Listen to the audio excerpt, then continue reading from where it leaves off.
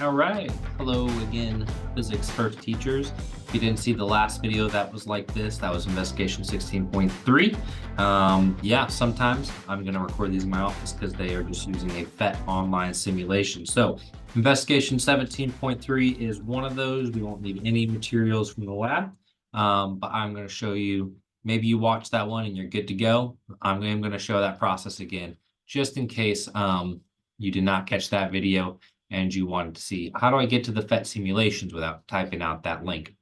So actually, you'll find the investigation 17.3 linked here. I'm going to add in a direct link to the, oh, did I misspell internet?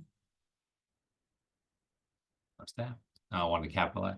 I'll put a direct link to the Phet simulation here so that way you can get there, but maybe you're interested in other simulations. So how do I access Phet? I do have a video that goes over that, but if you've noticed this district resource part, I ran into somebody who didn't realize that these were links. So if you click on the images, that'll actually take you right to the Phet website, which is pretty cool. I do have the investigation pulled up here, but really all this is just instructions for students on how to open up the specific simulation, and then questions and prompts for them to change and modify different things, answer questions, look at different diagrams, and all that. So that just co-aligns with the actual simulation. When you find the simulation, you can either search for it up here and just type in charges and fields. It'll pop up and it'll take you right to this page.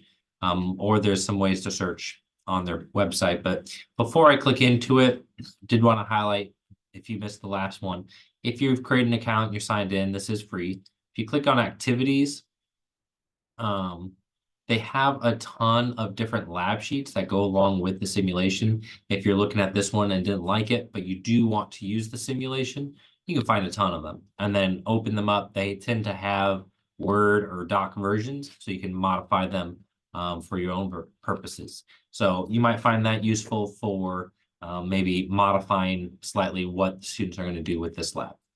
I'll go ahead and open this up though.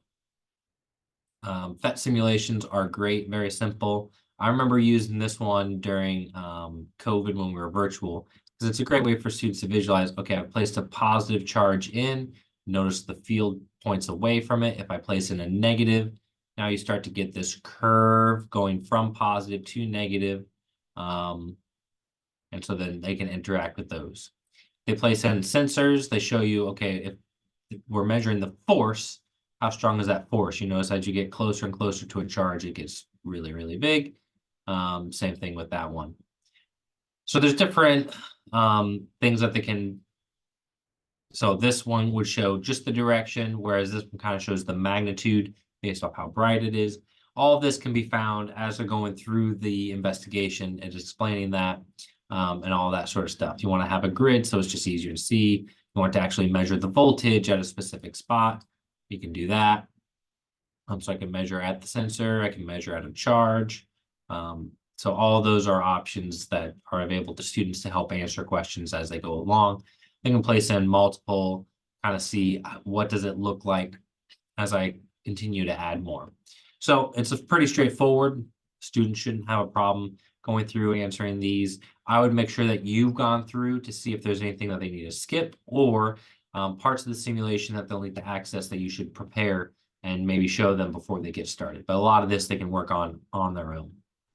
All right, with all that being said, I think that's enough for this lab. So I wish you guys luck, and I'll get you guys in the next video. Thanks.